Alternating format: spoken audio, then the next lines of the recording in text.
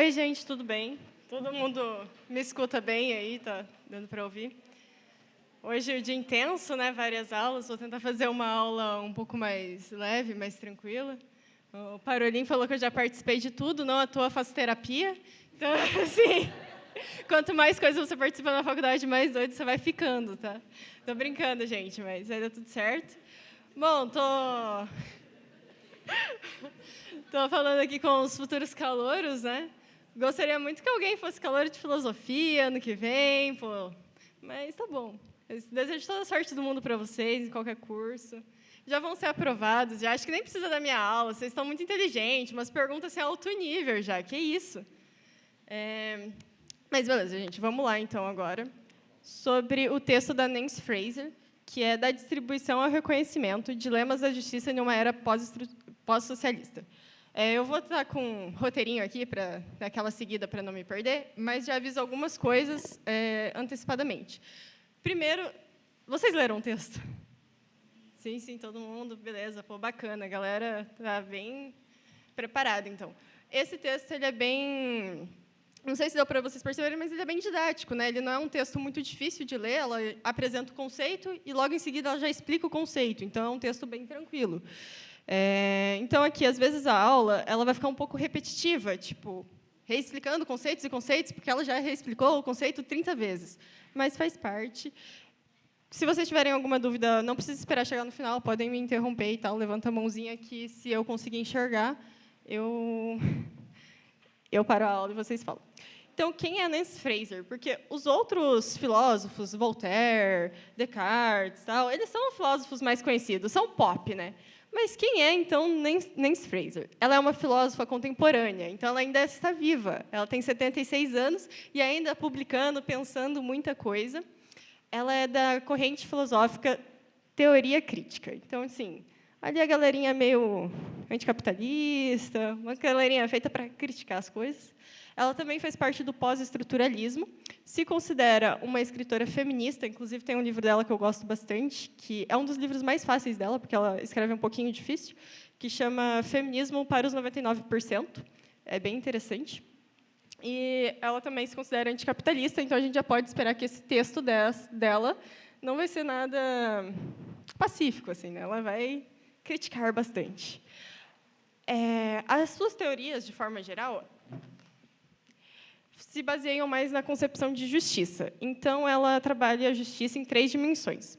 A primeira é a distribuição de recursos e rendas, e a segunda, o reconhecimento, né, como os indivíduos se encontram no espaço e tal. E essas duas são as duas que a gente vai trabalhar aqui no texto. E a terceira é a representação da política, e que seria o poder de tomar determinadas decisões e tudo mais. Então, vamos começar explicando o conceito já do... Eu acho que seria muito importante vocês anotar bastante os conceitos, porque é o que ela foca bem, assim. Então, a gente vai começar explicando o primeiro conceito, que é o conceito de redistribuição, que já está logo ali no título do texto. Redistribuição, então, seria redistribuir recursos e renda entre as classes sociais. Não é uma questão atual, assim, né? Não foi algo que a Nancy Fraser pensou. É um negócio que vem sendo discutido ali, ó, desde Marx. Então, assim, o Barbudinho lá, o Papai Noel comunista, ele já vinha trazendo tudo isso já. E daí a Nancy, assim como os outros autores socialistas, ela vem também falar sobre. Mas não contente em ficar só em redistribuição de renda, casa para todo mundo, esse negócio desse pessoal de esquerda é complicado, né? Então, não satisfeita em ficar só nisso, ela vai para o reconhecimento também. Então, o reconhecimento seria a representação de certos grupos em espaços sociais. Então, buscar cada vez mais ocupar espaços que antes as pessoas eram excluídas. Então, são a luta das minorias por um certo reconhecimento ou representatividade, né? Então, é o famoso ter lugar. Assim, se antes as pessoas negras não estavam em séries, agora elas estão. E aí ela vai trazer essas duas coisas. Então, o grande objetivo da Nancy, né? Qual é o objetivo dela nesse texto? É unir essas duas questões. É a questão da redistribuição e a questão do reconhecimento. Então, ela vai unir esses dois em uma única luta. Só que, aparentemente, pelo que ela vai mostrando para a gente no texto, parece que as lutas não estão querendo conversar entre si. Parece que, na verdade, elas são ali inimigas. Ali. É tipo Palmeiras e Corinthians, eles não querem conversar. Só que ela vai mostrar que não é bem assim, que as lutas elas têm que se unir e formar uma luta só. Eu separei alguns trechos para ficar um pouco mais claro o que eu estou falando. Então, eu vou ler aqui. E eu fiz uma pequena referência. Então, assim, eu vou falar em que página, tá? Mas é da página que o PDF da UFPR disponibilizou. Tá? Então, por exemplo, logo ali no começo, ela fala: nesses conflitos pós-socialistas, a identidade de grupo suplanta o interesse de classe como o principal meio de mobilização política. A dominação cultural suplanta a exploração como injustiça fundamental. E o reconhecimento cultural toma o lugar da redistribuição socioeconômica como remédio para a injustiça e objetivo da luta política. Ou seja, o que eu entendo desse texto? Parece que eles estão disputando o lugar. Assim, parece que, ao invés de, tipo, vamos lutar pela redistribuição e pelo reconhecimento, é o reconhecimento e a redistribuição brigando entre si para conseguir um lugar, e, no fim, nenhum dos dois consegue nada, porque o capitalismo continua reinando, e daí eles estão brigando ali, sendo que eles poderiam se unir. Só um minuto.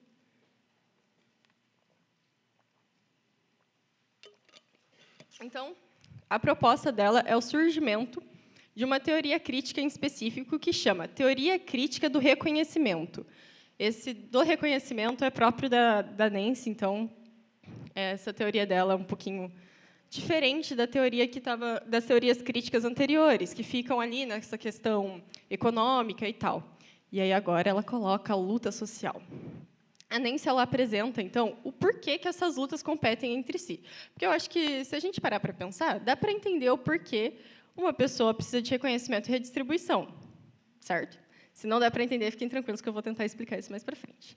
E daí a Nancy fala, beleza, se a gente para um pouquinho e pensa, dá para entender, mas por que será que elas estão brigando entre si? Por que isso não está acontecendo? Então, ela apresenta, primeiro, o problema da falsa consciência. Também é um termo utilizado por ela, que é o problema da luta de classes que veio apresentada pelo Marx. Então, é o problema da luta de classes clássica, que é essa luta marxiana aí. A questão em torno disso é a falta de espaço de outras lutas. Ou seja, a luta de classes foca exclusivamente nas classes, na questão de desigualdade social, e esquece as demais lutas, que são as lutas de reconhecimento. Só que, quando eles retiram as lutas de reconhecimento, não significa que essas lutas pararam de existir. Mas pensa o seguinte, quando Marx propôs a luta de classes, ele realmente focou só nisso. Então, assim, ele não focou na questão se a mulher tinha lá a diferença dela com o homem, se o negro era diferente da pessoa branca, na questão social para a sociedade e tudo mais. Não, ele só focou, essa galera aqui é pobre, então tem que fazer a revolução e todos os pobres estão juntos ali, é isso. E aí a Nancy vai falar, não, dentro das camadas, dentro dos operários, há outras diferenciações. Então, você não pode fazer assim como se fosse uma massa e falar que está tudo junto. Isso não acontece, não é assim que ocorre. E aí, essa é a primeira problemática. Então, a problemática na questão econômica, que seria a questão de redistribuição, ela não se une com a questão de reconhecimento, porque ela cria uma falsa consciência que essa luta não existe. Então, para ela, só existe a luta econômica. Só que aí ela apresenta a problemática que acontece nas lutas sociais. Por que as lutas sociais não incluem a luta de classe? Porque depois do fim da União Soviética, e que, nossa, o comunismo deu errado e tudo mais, foi meio que como se, assim, eles tentaram, né? Teve lá o comunismo, não deu certo, então ninguém mais é oprimido agora, galera. Não existe mais luta de classes, isso aí é besteira, aí, aquele velho lá, barbudo, falando, nada a ver esse negócio. E aí é como se isso não acontecesse. E daí as lutas de reconhecimento, elas ficam focando muito na questão de representatividade e esquece que essas minorias elas são oprimidas também de maneira econômica.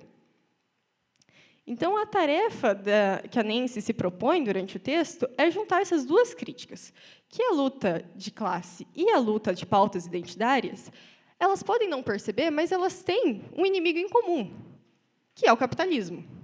O capitalismo ele é o mal ali para Nancy, ele que está destruindo tudo que ele bota, os seus tentáculos, e ele nunca vai dar certo. Assim, é um negócio que ela não fala com essas coisas, talvez eu esteja exagerando um pouquinho, mas é o foco principal das duas lutas é o capitalismo.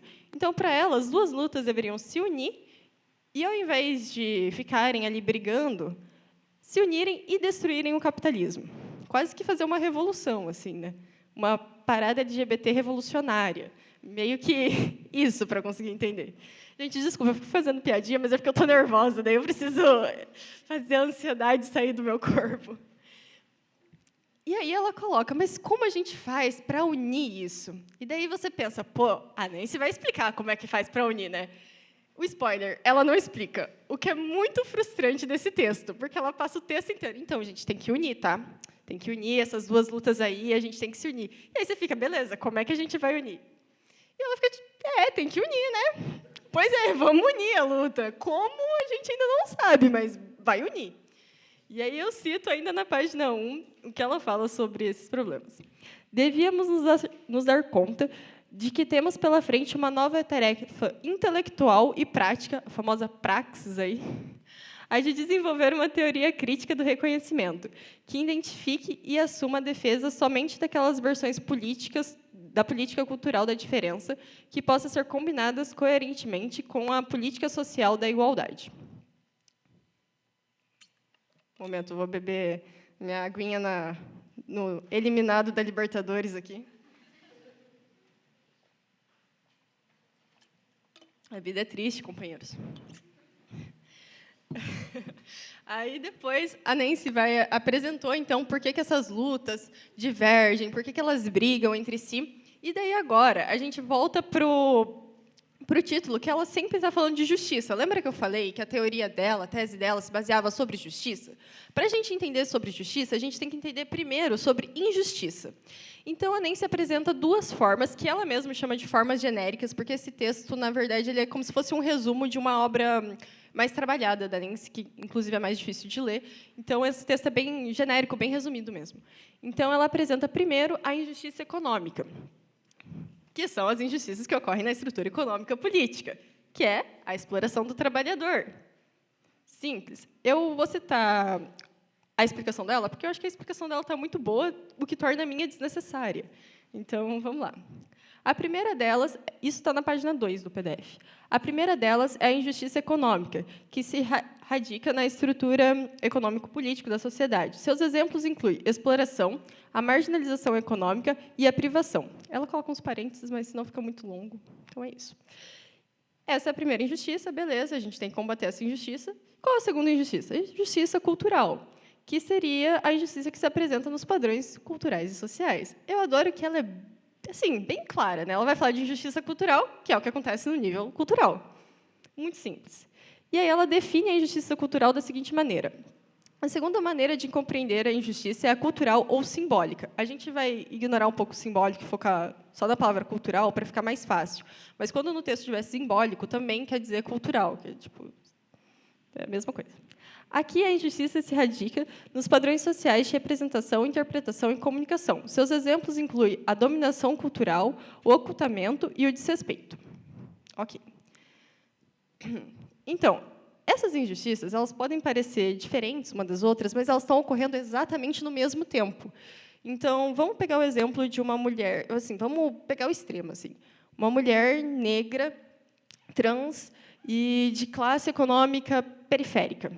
Ela está sofrendo diversos problemas sendo uma só pessoa. Então, ela sofre o problema social, de não ter uma representatividade como uma mulher negra, como mulher trans. Então, ela tem diversos isso. Mas, enquanto ela está sofrendo este problema, ela também está sofrendo o problema de acordar às 5h30 da manhã, pegar 3 busão para ir trabalhar, receber um salário que não dá para comprar metade das coisas que ela precisa, e aí todos os dias. Então, ao mesmo tempo que ela sofre pela questão social, ela está sofrendo também pela falta de recurso financeiro, para ela ter uma vida minimamente digna, sabe? Então, é nesse sentido que ela mostra que as lutas estão acontecendo ao mesmo tempo. E é isso. Assim, o foco do texto é resolver 2 problemas, que é o famoso matar 2 coelhos com uma cajadada só. Basicamente, é isso que a Nancy propõe. E ela fica falando sobre como ela propõe isso. Durante as 9 páginas, ela falando que ela vai propor. E aí, a gente entra no que ela mesma nomeia de dilema de redistribuição e reconhecimento. Criatividade, né? É exatamente o dilema que ela está tratando. O que esse dilema é? É o dilema que tem como reunir a redistribuição e o reconhecimento, justamente porque tem uma parcela da população que se encontra entre carência, né, na carência das duas situações. Então, aqui está a redistribuição, aqui está o reconhecimento, e aqui está os dois, as pessoas que são oprimidas pelas duas coisas. Por isso, então, assim, não adianta a gente remediar a questão da redistribuição tipo, primeiro a gente remedia isso, aí depois a gente remedia isso. Porque a gente vai estar remediando, ajudando o pessoal que está aqui, ajudando o pessoal que está aqui, mas a gente nunca ajuda o pessoal que está aqui no meio. Tipo, essa galera vai continuar sofrendo, que, inclusive, é a galera que sustenta a sociedade, né? Então, assim, ela fala que precisa além de unir a luta, o remédio precisa ser unido. O que, para mim, dá a entender que, para ela, o remédio final, que uniria tudo, seria um novo sistema, assim. Não, ela não apresenta com essas palavras, mas parece que é meio destruir o capitalismo e implantar um novo sistema. Qual é, ela também não fala, mas é isso aí. Aí, na página 3, ela coloca assim: pessoas sujeitas à injustiça cultural e à justiça econômica necessitam de reconhecimento e redistribuição, necessitam de ambos para reivindicar e negar a sua especificidade. Então, tipo, eles precisam de ambos para viver. Assim. É basicamente isso, para a gente sair da questão sobrevivência e entrar na questão vida. A Nancy apresenta 2 problemas que eu vou, primeiro, dar um enfoque maior para o de gênero, porque eles se espelham. Então, assim, vocês vão ver que acontece mais ou menos a mesma coisa. E aí ela mostra problemas que entram nessa questão aí, do que precisaria, que são problemas que possuem uma bivalência. Então, esse meinho que eu falo aqui, ele é uma bivalência, que ele precisa das duas coisas. É o termo que ela utiliza para falar sobre isso. Alguns termos provavelmente sofreram, tipo, remediar, que ela usa remediar, provavelmente foi de tradução, mas é a tradução que a gente tem, então, mesmo que vocês falem, mas remediar não parece um termo muito bom. É o que tem, então é remediar. É isso. Poderíamos pensar em outra coisa? Poderíamos, mas daí a gente ia ter que retraduzir o texto, assim, trabalhar com o original, e a UFPR não pediu isso. Então, a questão de gênero é uma dessas questões, né? E daí ela vai trazer as 2 problemáticas a partir dessa questão. Então, a primeira problemática é a problemática que fala sobre o lado econômico, sobre a questão de redistribuição, que é a problemática do androcentrismo, que ela cita ali no texto, androcentrismo.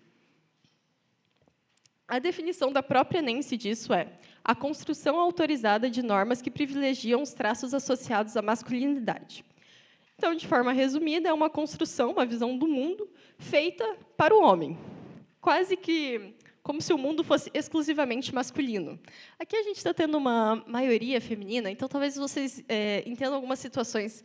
Já passaram por algumas situações na vida de vocês que vocês olham e falam assim, cara, isso aqui definitivamente... Tipo assim, uma situação feminina, sei lá, o uso de absorvente. Tipo, eu acho absorvente um negócio extremamente desconfortável. Vocês já pararam para pensar e falar, tipo, cara, isso aqui nunca que foi inventado para mulher. Não é possível. Não é possível que uma mulher tenha inventado esse negócio. Já passaram por essa situação? Isso seria o androcentrismo. Ou, não sei, andar de bicicleta é um negócio que eu acho muito desconfortável também. E, tipo assim, situações que você olha e fala, cara, não tem como, não tem como. Isso aqui foi pensado para um homem e é só para um homem usar, porque não é possível. É essas situações que ela está falando, que é a realidade que a gente vive hoje. Isso, é óbvio que, quando eu citei esses exemplos, são exemplos do dia a dia, só para vocês entenderem, mas ela também está dizendo em questões maiores, em questões políticas, em questões ali que é a questão econômica e tal, mas só para vocês entenderem mais ou menos. E depois, o outro problema que ela cita já é a questão cultural, que fala sobre a questão de reconhecimento, que é o sexismo cultural. E aí eu cito a própria Nancy com a definição dela, que é a desqualificação generalizada de coisas codificadas como femininas, mas não só as mulheres. Então, é tudo aquilo que é considerado feminino no âmbito cultural, como, por exemplo, eu vou puxar a sardinha para a minha própria pesquisa, mas como, por exemplo, as emoções. Já viram como as emoções? Se você é uma pessoa muito emotiva, você tem que ser inferior, porque a gente tem que ser racional. Porque a racionalidade ela é ligada com o masculino, e as emoções que são ligadas com o feminino, elas são meio desprezadas. O choro, se eu não me engano, tenho quase certeza, minha memória, não falha a memória, a professora que deu essa aula semana passada, que foi a Mariana, ela citou o exemplo de filmes. Então, vocês já perceberam que parece que filmes de comédia romântica, que são os famosos filmes para mulherzinha, são quase considerados um não filme. É tipo assim, mas esse é seu filme favorito? Mas é que isso aí, né, nem é filme direito. Tipo, umas coisas meio assim. Mas você lê bastante, né? Mas o que você lê? Eu leio romance. Mas isso aí nem é leitura. Achei que você lia de verdade. Sabe essas coisas? É isso que ela considera um sexismo cultural. Então, tudo aquilo que é considerado feminino não serve, não presta, não faz parte da sociedade. E daí ela espelha todos esses problemas na questão de raça. Só que, claro, que com outros nomes. Então, a questão que seria equivalente ao androcentrismo é o eurocentrismo, que é o privilégio branco, né? Então, assim, as coisas funcionam mais ou menos iguais, então não vou ficar sempre entrando nas questões, mas é basicamente a pessoa ter privilégio por ser branca. Então, assim, vocês podem ter certeza que eu, por ser branca, tenho mais privilégio do que pessoas não brancas.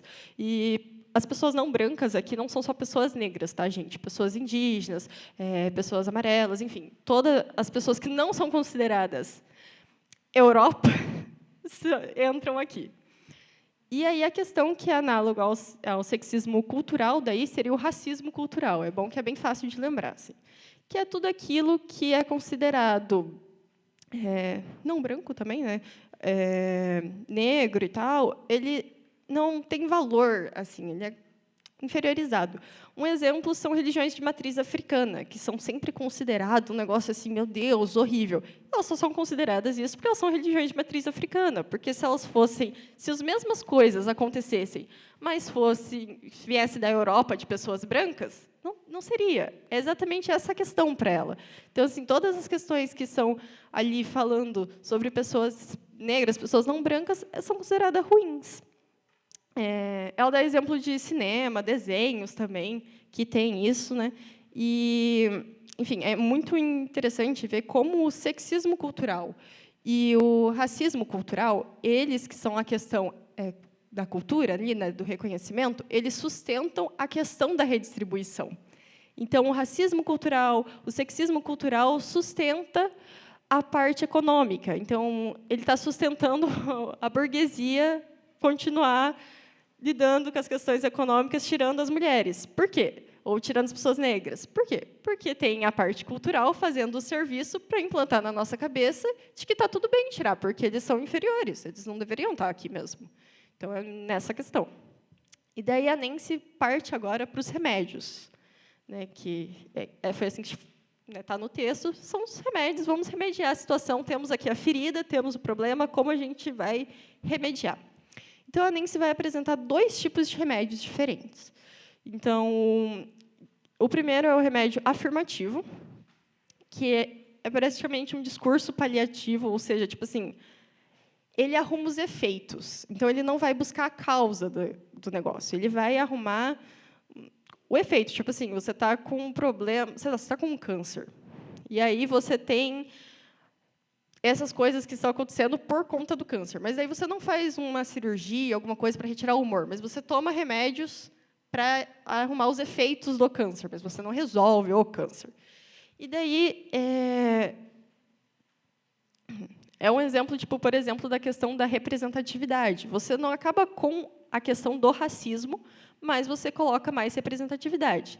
Isso é ruim? Não. Ela não está falando que esse remédio é ruim. Ela está dizendo que ele não dá conta do problema inteiro. Um pouco óbvio. Às vezes, a gente precisa de uma combinação de remédios. Então, ter essa questão de representatividade não faz dele algo que não presta. Assim. Não é que a representatividade é algo ruim. Não é. Mas ele só dá luz assim, para o problema. Então, ele está tipo, olha aqui, gente, esse negócio aqui não está tendo pessoas negras. Tipo, esse aqui não está tendo pessoas asiáticas. Tipo, elas não estão sendo representadas. Ou quando elas aparecem, são para ser piada. Então, a gente tem que mudar isso. Agora, a gente vai colocar essa protagonista LGBT, essa protagonista negra, e ir mudando. Por exemplo, acho que o filme da Pequena Sereia é um bom exemplo disso. E acho que o exemplo da Pequena Sereia é ótimo, porque ela fala que esse remédio, ele não só lida com os efeitos, mas como ele mostra ainda mais o problema. Então, não sei se vocês lembram que, quando foi anunciado que a Pequena Sereia ia ser negra, as pessoas começaram a surtar, porque a Pequena Sereia do desenho, ela é ruiva e branca. E daí elas não pararam para pensar que sereia não existe. Então, tipo assim, não tem o que você está reivindicando. A sereia não existe, cara. Irmão, você tem 40 anos, entenda isso. Então, ela fala mais ou menos isso. Ela fica tipo assim, cara, beleza, a gente colocou a protagonista negra, foi muito bacana, muitas crianças se identificaram, mas olha aqui o problema aqui também. Olha essas pessoas, mas aqui, que estão não aceitando essa representatividade. Então, além dela resolver, talvez, um pouco mais para gerações futuras, assim, mas, por exemplo, eu sinto que a questão da representatividade é um negócio que atinge um pouco mais as crianças, então elas crescem se vendo, né, na TV, nos desenhos e tudo mais. E, ao mesmo tempo, ela aponta um problema que é estrutural e antigo, porque, geralmente, quem problematiza mais isso, porque eu não vi nenhuma criança problematizando a Pequena Sereia Negra, eu só vi gente muito mais velha problematizando isso, então ela aponta o problema da causa. Então, ela remedia, mas não totalmente. E daí ela vem com os remédios transformativos, que é o que seria a retirada ali do tumor, assim, a reparação, que é uma questão mais prática. Então, os remédios transformativos, que têm uma característica transformadora, eles devem visar a desconstrução do sistema vigente. Foi aí, para mim, que eu pensei que ela estava falando da destruição do capitalismo, porque o capitalismo tem todas essas características, e como estamos tratando de uma autora anticapitalista, é a desconstrução do sistema vigente. Então, os remédios transformativos só resolveria a causa se a gente destruísse o sistema que causa todos esses males. E é uma coisa importante que ela não despreza o remédio afirmativo. Então, ela fala que os dois remédios são muito importantes. Então, não é que a gente tem que mudar o sistema e tudo mais, e, nossa, vamos usar a revolução, como se a revolução fosse algo que fosse acontecer assim, como se, nossa, vamos destruir esse sistema que está não sei quantos mil anos, nossa, 1000 anos não, não sei quantos anos acontecendo, vamos destruir ele de um dia para a noite. Não, ela fala, ó, beleza, é importante a gente buscar maneiras transformativas, mas, enquanto a gente está aqui fazendo as maneiras transformativas, é importante a gente resolver de maneira afirmativa a questão de representatividade. Só um minuto.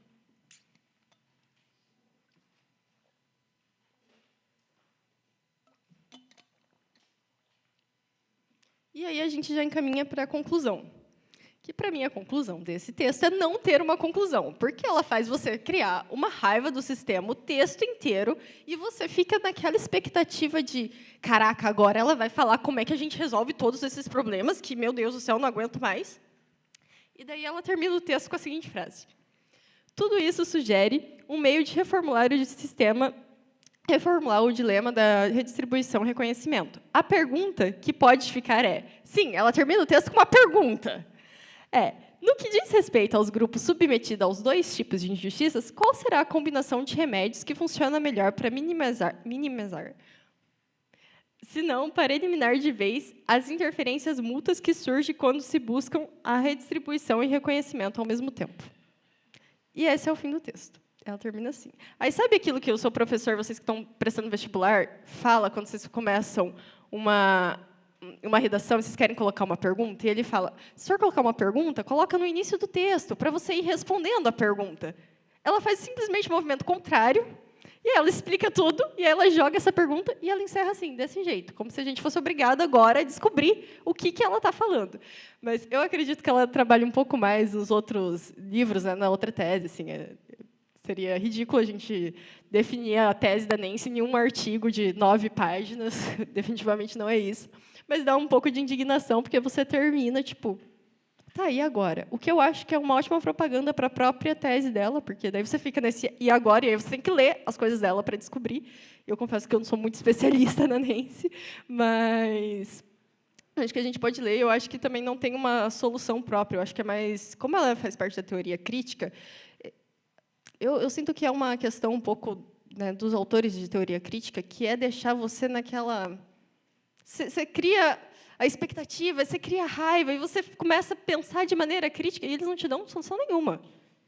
O próprio Marx, o pai da teoria crítica, assim, ele também, ele apresenta o problema, você fica com raiva, você fala, nossa, vamos destruir o capitalismo, e ele não fala o que você vai fazer, ele não te dá uma solução. Não apresenta nada assim, uau, vamos fazer isso. Então, é mais um pensamento, uma reflexão crítica para a gente poder pensar o que fazer daqui em diante. A aula ficou muito curta, porque eu também falo muito rápido, Mas é basicamente isso. Eu acho que, tipo, o texto é bem didático. Eu acho que vocês vão conseguir, tipo, tirar de letra, assim. Talvez uma segunda leitura agora um pouco mais clara, se for possível fazer, eu recomendaria muito fazer, porque sempre fica aqueles pontos ali. Ela fica dando muitos exemplos, enfatizando muitas coisas que, às vezes, são um pouco desnecessárias, mas eu falaria muito, tipo, pensando em vestibular, focar na questão de conceitos, que ela é conceito o tempo todo. Tanto que eu fiquei com um pouco de receio dela ficar um pouco conteudista demais, mas é porque o texto dela é assim. Então, é toda hora ela tendo os conceitos dela, que daí ela inventa. O bom é que os próprios conceitos eles são meio explicativos, tipo, racismo cultural, você já sabe sobre o que ele está falando. Mas é isso. Agora a gente vai abrir para a parte mais temida da aula, as perguntas. Então, quem tiver à vontade, quem quiser fazer alguma pergunta, se algum ponto não ficou claro, eu posso reexplicar. Você poderia explicar um pouco mais o conceito de bivalência? Posso. Ela não explica nos textos os conceitos, eu acho isso incrível, que ela só joga ali, assim, né, alguns conceitos. E o de bivalência, acho que ela não chega a dar uma definição exata, mas seria problemas. Bi, a gente já pensa em dois, então seriam problemas que eles estão ali no meio, que eles precisam tanto de uma solução de redistribuição como uma solução de reconhecimento. Então, são problemas que estão ali nas duas esferas. Eles não são só de redistribuição, mas também não são só de reconhecimento. Eles precisam dos dois, assim. Acho que ficou claro, certo? Se alguém mais quiser fazer, tem que olhar para cima também. Eu esqueço.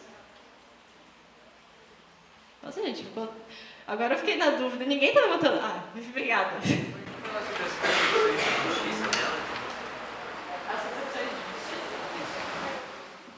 Tá. Das três primeiras que eu falei lá no começo, não é isso? Tá. Então, a primeira, as duas primeiras é o texto, é o que ela está falando no texto mesmo. Então, é uma justiça que visa a distribuição de recursos mesmo. Então, é ali na justiça mais econômica, ali, meio marxiana mesmo. A segunda seria a justiça de reconhecimento, ou o espaço social que esses indivíduos vão ocupar na sociedade. E a terceira, ela é a representação na política. Então, é uma justiça que, além de estar no social, porque quando ela traz, por exemplo, de reconhecimento, são nos espaços mais culturais. E daí ela traz, por fim, que ela não trabalha nesse texto, mas é a representação na política e no poder de tomar decisões. Então, seria, por exemplo, ter essa representatividade dentro da Câmara, dentro desse sentido, assim, dos políticos. Mais alguma?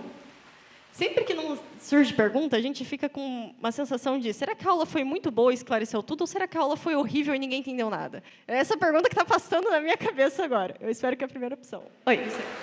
Quando eu li o texto, eu tive a sensação que a resposta que ela dá para a pergunta é a resolução da transformação. Porque quando ela fala da alternativa, apesar de ter a tendência de homogeneizar as pessoas, ela fala de um caso também estigmatizante, que nem a Bolsa Família. Vai chegar um momento que aquelas pessoas vão começar a ser apontadas como, né, sabe, menos pessoas do governo. Então, ela, não sei, eu tive essa sensação que ela fala que a transformação é o caminho que ela precisa. Bom, para quem não ouviu, no caso, ela falou que ela teve a sensação de que os remédios transformativos seriam a solução. Seria isso. Eu também tive essa... Por isso que eu falei que eu acho que a resposta dela é tipo a destruição do sistema, só que eu acho que ela é muito pé no chão, assim, eu sinto que a Nancy ela é bem pé no chão, de colocar que não tem como a gente fazer isso muito rápido. Então, acho que é por isso que ela fala dos remédios afirmativos. Mas, sabe quando você está doente, daí você fica tomando um remédio que ele só, tipo, diminui o sintoma? E aí chega um momento que não tem mais como você diminuir o sintoma, você tem que tratar de verdade. Então, é nesse sentido. Eu acho que remédio, na verdade, é um bom termo, porque é bem nesse sentido. Você vai remediando o negócio e chega um momento que não tem mais o que você fazer, a não ser tomar fazer uma cirurgia ou ir atrás desse negócio em específico. Tipo, ter uma enxaqueca. Você vai tendo uma enxaqueca, você vai tomando remédio, chega um dia que você fala: putz, tive 30 dias de enxaqueca, cara, não dá mais, eu tenho que procurar alguma solução. Então, eu também vou particularmente, eu também vou nesse de transformação, assim, eu acho que ela visa essa pegada. Mais alguém? Alguém aí em cima tem dúvida? Pode fazer também.